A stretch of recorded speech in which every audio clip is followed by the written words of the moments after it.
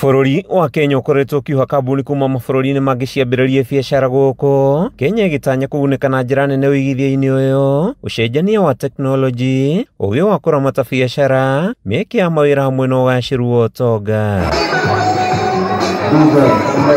Thirikari ĩkoretwo mũhari-inĩ wa mbere wa gwethana na igithia na kũmahe rĩera igacĩru rĩa kũhũrĩra biacara ciao gũkũ, itanya rĩ gũkĩria ũtonga wa bũrũri na kuongerera mĩeke kũrĩ Akenya. Kambuni ya ica ikuhĩ kũigwo ihoya rĩa thirikari nĩ HQ House kuma bũrũri-inĩ wa Amerika, ĩrĩa ĩhingũrĩte mĩrango yayo itũũra-inĩ rĩa Tatu City mwena wa Ruiru, ĩgĩtanya kũnyitithania Kenya na Amerika hamwe na mũingĩ wa mabũrũri maya merĩ. To have HQ in DC and now have it here, it feels nice to be able to bring you guys his headquarters.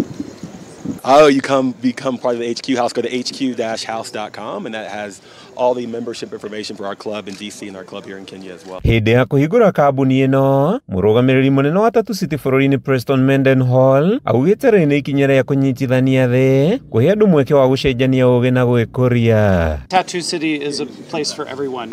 We already have thousands of Kenyans and international people living at Tatu City. And what HQ does is create an even bigger bridge between Tatu City and other countries around the world, and particularly the United States, where HQ Club is based. Kuma itũũra-inĩ rĩa Tatu City, gĩcigo-inĩ kĩa ũmbunge kĩa Ruiru kaunti-inĩ ya Kiambu, rĩtwa rĩakwa nĩ Matthew Ndung'u wa Mbũgua.